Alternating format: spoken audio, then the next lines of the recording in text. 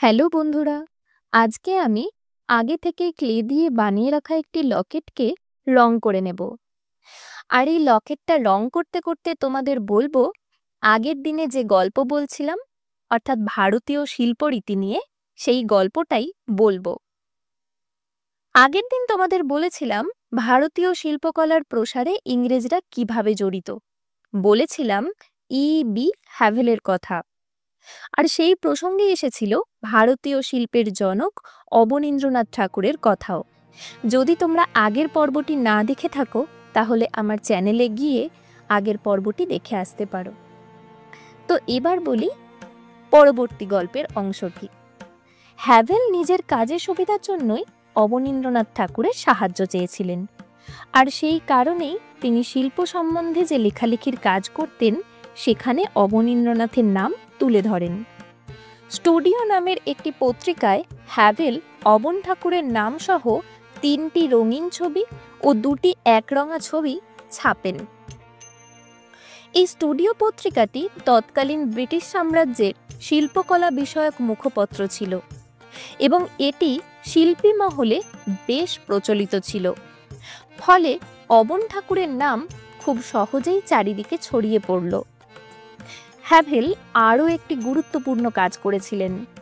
তিনি অবনীন্দ্রনাথের 2টি তেল রঙের ও একটি জল রঙের ছবি দিল্লি দরবার প্রদর্শনীতে পাঠিয়েছিলেন। আর তখনই শাহজাহানের মৃত্যু নামক বিখ্যাত ছবিটির জন্য পুরস্কৃত হন অবনীন্দ্রনাথ ঠাকুর। আর তারপর 1905 সালে সরকারি আর্ট স্কুলের উপ অধ্যক্ষ হিসাবে যোগ দিতেও অবনীন্দ্রনাথকে আহ্বান জানান হ্যাভেল সাহেব। যদিও এই সূচনা লগ্নে হ্যাভেল সাহেব থাকলেও পরবর্তী সময়ে মস্তিষ্ক বিকৃতির কারণে তিনি আর এদেশে থাকতে পারেননি, ফিরে গিয়েছিলেন ইংল্যান্ডে।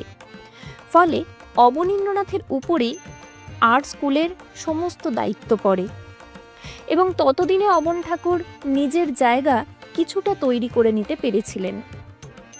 কিন্তু যেখানে কথা হয়েছিল যে ভারতীয় শিল্পরীতির প্রয়োগেই শিল্পকলা শেখানো হবে, সেখানে কিন্তু মিশ্র রীতির প্রয়োগই চলতে লাগলো। এমনকি অবনীন্দ্রনাথ নিজেও জাপানি ওয়াশ পদ্ধতি, পাশ্চাত্যের বিভিন্ন বিষয় অনুকরণ করেই কিন্তু আঁকাআঁকি করতেন। বরং একথা বলা যেতে পারে যে স্বদেশী আন্দোলনের যুগে অবনীন্দ্রনাথ এবং তার পারিপার্শ্বিক যে শিল্পীরা ছিলেন তারা সমাজের এলিট ক্লাসের হয়ে যে কাজ করতে পারেননি, সে কাজ করেছিল তৎকালীন কালীঘাটের পটশিল্পীরা, বটতলার ছাপা ছবিগুলো। কারণ সেখানকার রীতিতে ছিল সমাজের অনুষঙ্গ ও অসঙ্গতি। এখানেই শেষ নয়, বরং শুরু হলো অন্য এক সংঘাত।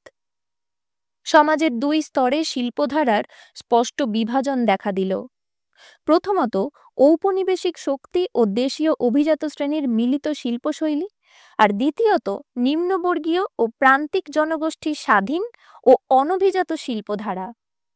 আর এখানেও সমস্যার সমাধান নিয়ে হাজির হলেন মহামানব রবীন্দ্রনাথ। তার জাদুস্পর্শে ভারতীয় শিল্পধারাও নতুন পথ পেল। অবনীন্দ্রনাথও নতুন দিশা পেলেন। সে এক অন্যরকম আলোর উদ্ভাসন। সেই গল্প তোমরা চাইলে নিশ্চয়ই বলবো। আজকের মতন এখানেই শেষ করছি।